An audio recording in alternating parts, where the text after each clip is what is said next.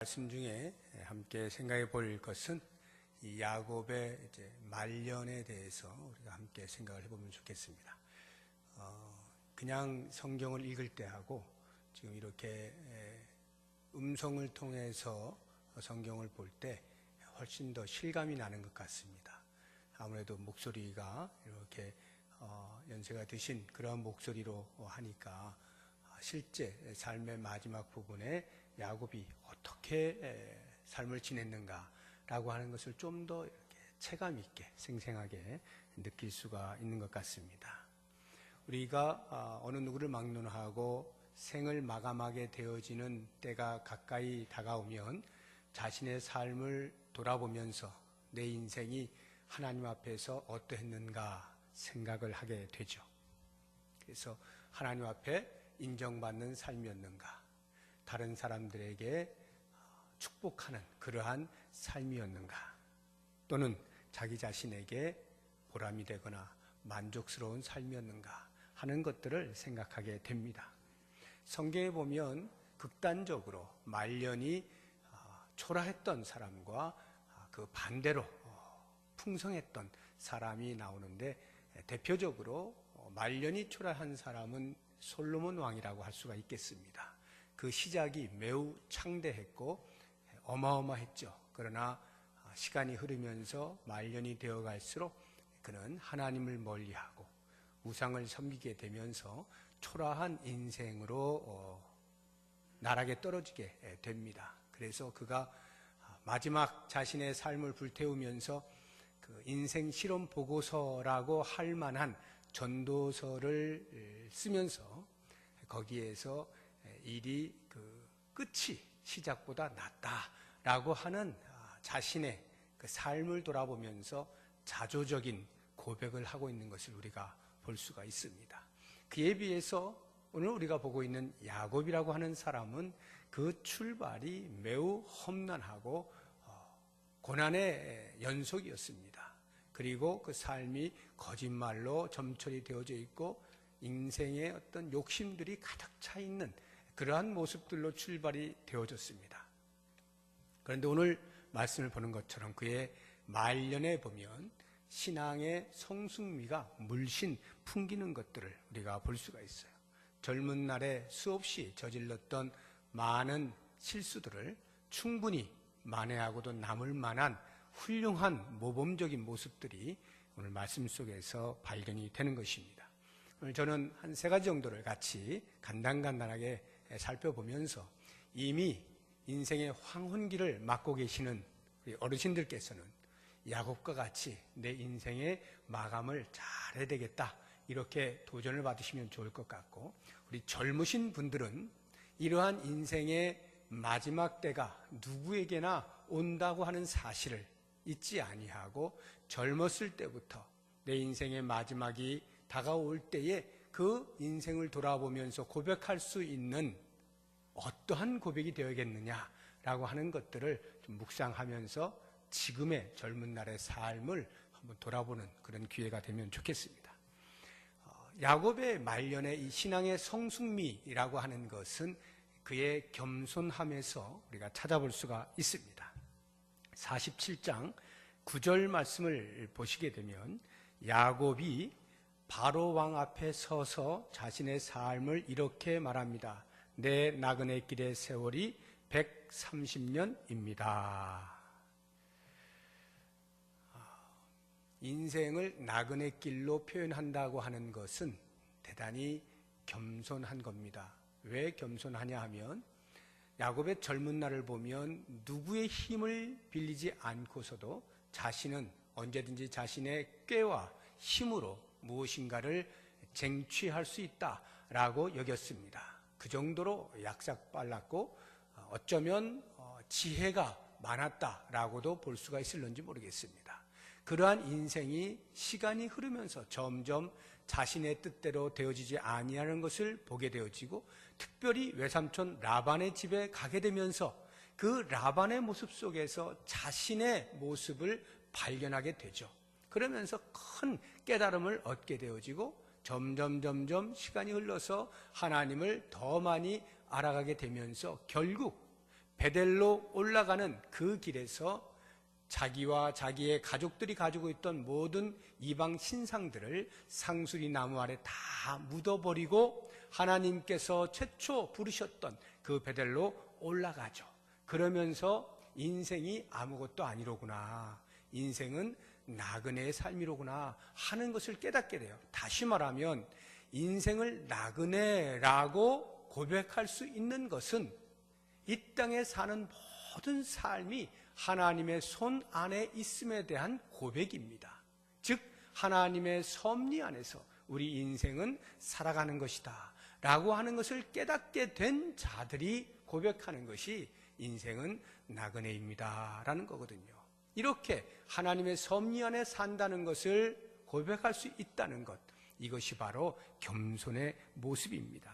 그래서 그가 바로에게 말을 할 때 내 나그네의 삶이 내 조상이 살았던 그 나그네의 삶, 그 연조보다 못하다라고 이렇게 표현합니다. 물론 연수에 비할 때에 그 조상들보다 못할 수가 있겠죠. 그러나 적어도 바로 왕 앞에 서 있는 자신은 최소 130년을 살았습니다. 그러면 그 삶에 대해서 최소한 자랑할 만한 것이 있을 수가 있고 그 왕 앞에서 나름 할 말이 있을 수가 있을 것입니다. 그럼에도 불구하고 조상의 연수보다 못하다라고 고백할 만큼 그는 겸손한 모습이 되었다라고 하는 것입니다. 그리고는 결국 그 130년의 삶, 자신의 조상의 연조보다 못하지만 내가 험악한 세월을 살았습니다 라고 말을 합니다. 여기 험악한 세월을 살았다라고 하는 것은 그래서 하나님께서 나를 돌보지 아니하심으로 하나님 앞에 내가 불평을 쏟아내거나 원망한다 라고 하는 의미가 아닙니다. 오히려 자신이 젊었을 때에 하나님을 온전히 섬기지 못하고 자신의 뜻대로 살아보려고 몸부림치다가 하나님께로부터 이 모양 저 모양으로 맞으면서 고난 가운데 살았던 그 하나님의 징계의 결과로서의 130년입니다 라고 하는 이 삶을 겸허하게 받아들이고 있는 그러한 야곱의 모습을 볼 때 야곱은 130년 동안 깎이면서 대단히 겸손한 삶으로 바뀌었다는 것을 알 수가 있습니다. 우리 모두는 누구를 막론하고 다 인생의 말년을 향하여 가고 있습니다. 아무리 젊은 사람이라 할지라도 머지않은 날 인생을 마감해야 하는 날이 다가오게 됩니다. 이러한 삶에 대해서 아마도 이 자리에 계신 연세 드신 분들은 인생이 나그네 길이다, 나그네와 같은 삶이다 라고 말을 할 때 부인하고자 하는 분이 한 분도 안 계실 거예요. 돌아보면 그렇구나 하는 것을 체험적으로 알게 되거든요. 우리 젊은 분들은 아직은 젊기 때문에 나그네 삶이라고 그냥 체념하듯 살기에는 너무나 혈기가 왕성하고 살고자 하는 의지가 강합니다. 그리고 이 땅에서 뭔가 이루어 볼 것이다 라고 하는 비전도 가지고 있습니다. 그러나 그것이 결코 하나님 앞에서 교만으로 비추어져서는 안 됩니다. 하나님의 섭리를 철저하게 인정하면서 그렇게 겸손하게 젊은 날을 한 해 한 해 살아간다면 그것이 보태지고 보태져서 말년이 되었을 때 그 삶을 돌아보면 그 겸손의 깊이가 더해질 수 있을 것이다 라고 하는 생각이 듭니다. 우리의 삶에서 사사건건 어떤 일들이 일어나더라도 전부 다 하나님의 섭리 안에 있다라고 하는 이 겸손한 고백을 통해서 자신의 인생을 받아들이게 될 때에 하나님의 은혜가 우리 가운데 어떻게 미치는가를 더 깊이 체험할 수가 있게 되어지고 그 하나님과 동행할 수가 있다라고 하는 것입니다. 이러한 겸손은 비단 인생을 다 산 사람만에게서만이 아니라 어느 누구에게서나 이미 내 몸으로 체득되어지면 체득되어질수록 하나님이 더 귀하게 느껴질 수가 있고 그 하나님의 동행하시는 힘, 능력을 힘입어서 더 멋진 삶을 살 수 있는 것을 꼭 기억하시고 우리 모두가 다 겸손하게 하나님의 섭리를 인정하며 살 수 있기를 바랍니다. 두 번째로 이 야곱의 성숙미라고 한다면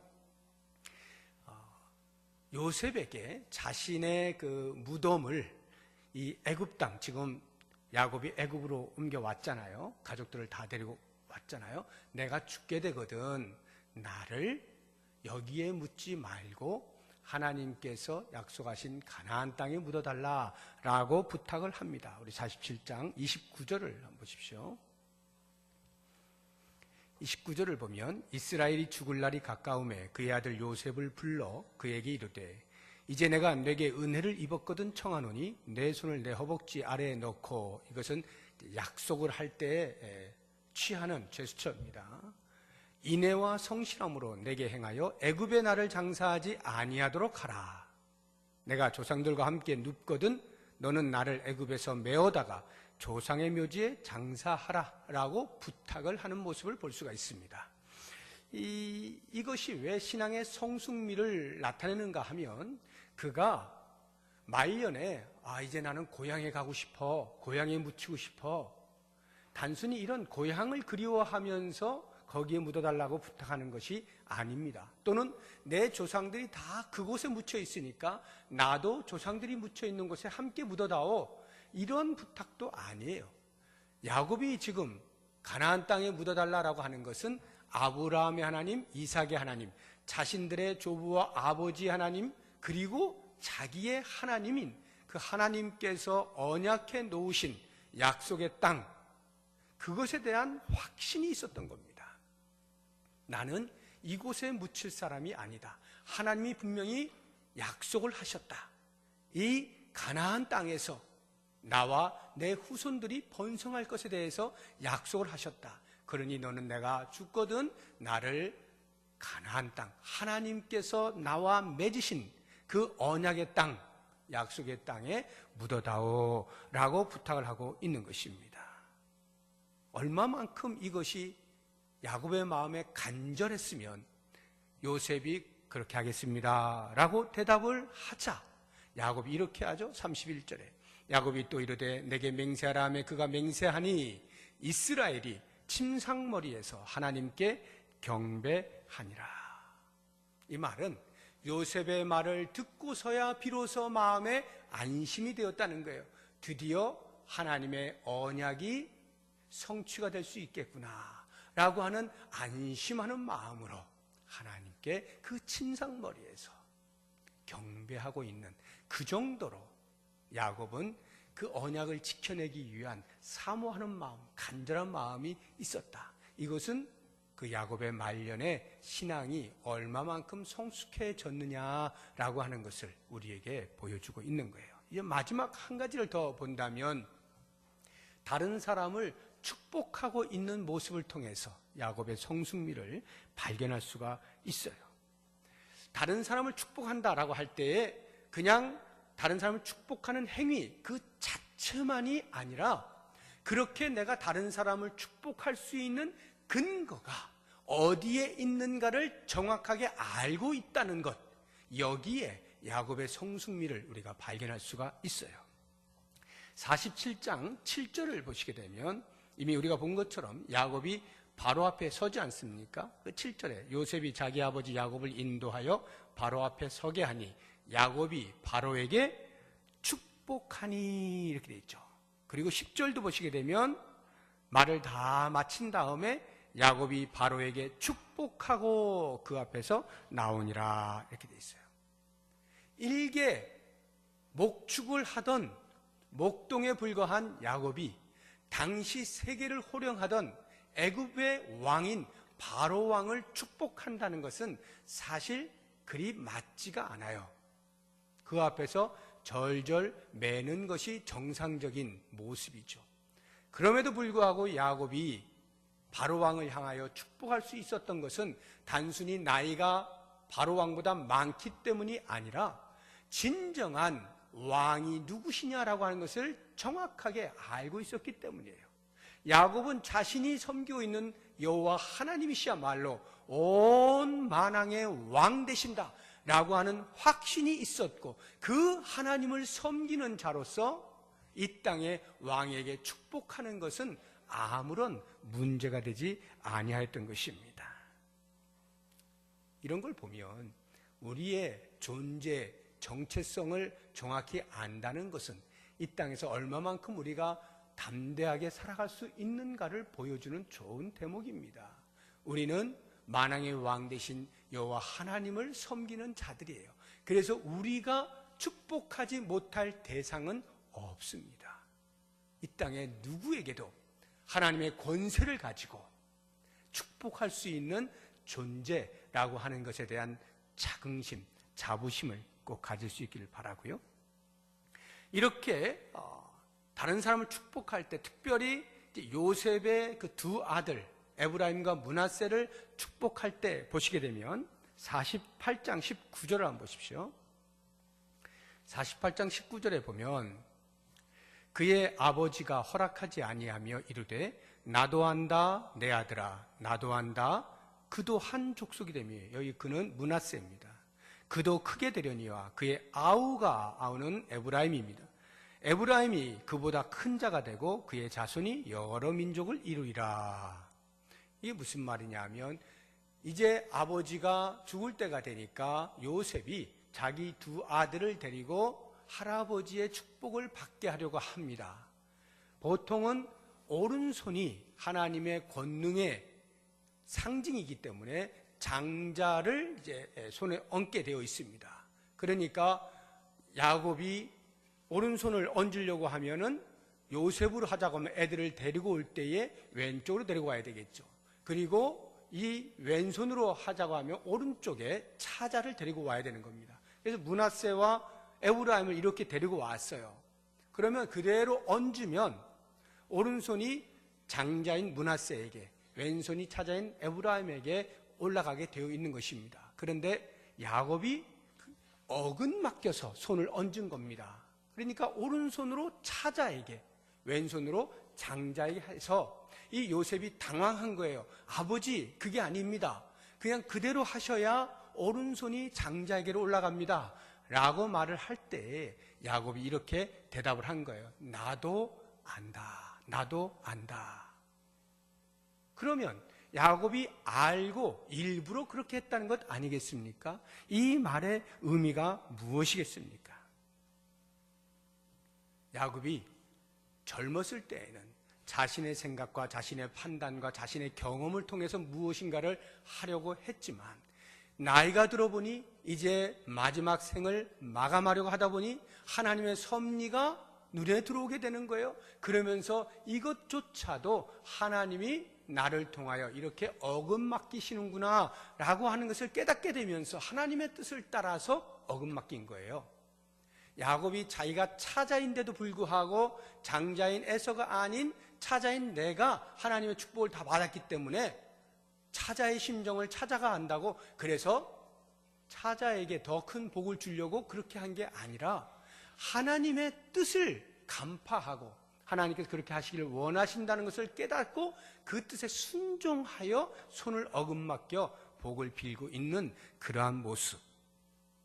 이것도 역시 마찬가지로 철저하게 다른 사람을 축복하되 자신의 임의대로가 아니라 하나님의 뜻을 따라 하고 있는 이러한 신앙의 성숙을 우리에게 보여주고 있어요.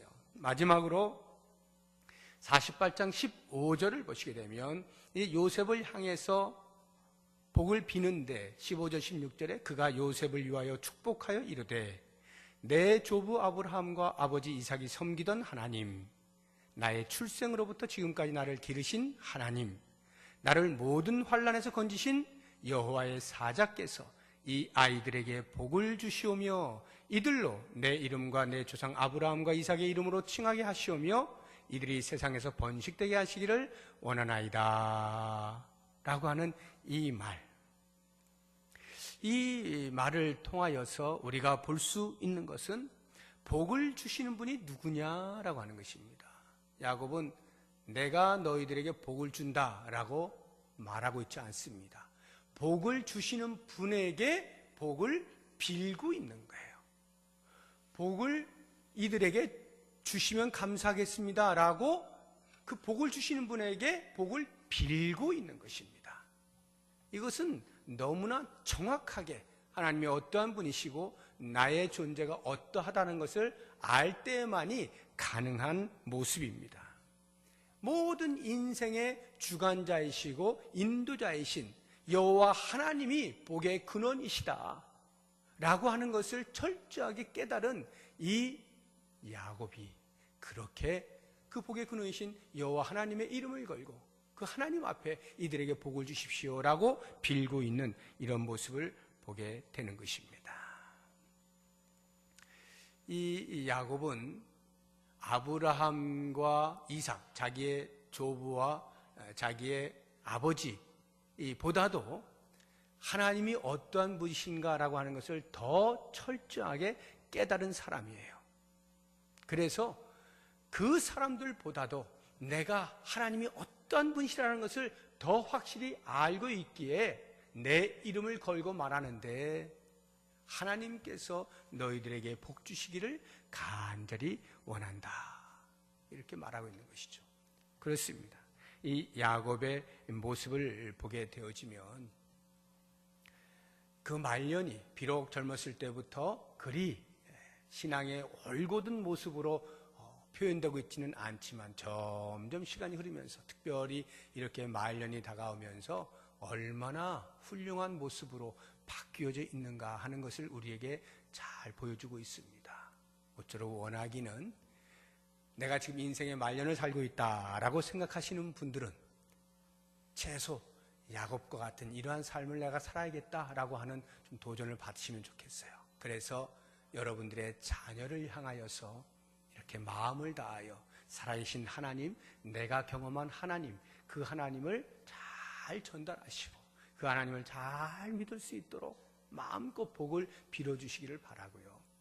아직 삶을 더 살 수 있다라고 생각되어지시는 우리 젊은 성도님들은 야곱의 이와 같은 말년의 모습을 보면서 이러한 모습이 내 말년의 모습이기를 원한다라고 하는 소망을 가지시면서 지금 나에게 주어져 있는 1년 1년 하루하루를 어떻게 살아야 그 말년에 여호와 하나님의 이름을 높이며 그 하나님의 뜻을 온전히 이루어낼 수 있을 것인가 잘 묵상하시면서 허투루 시간들을 보내지 마시고 참으로 겸손하게 하나님의 섭리 앞에 무릎을 꿇으면서 하나님의 동행하심을 빌고 많은 사람들을 축복하며 살아갈 수 있는 복된 인생이 되시기를 주의 이름으로 축복합니다.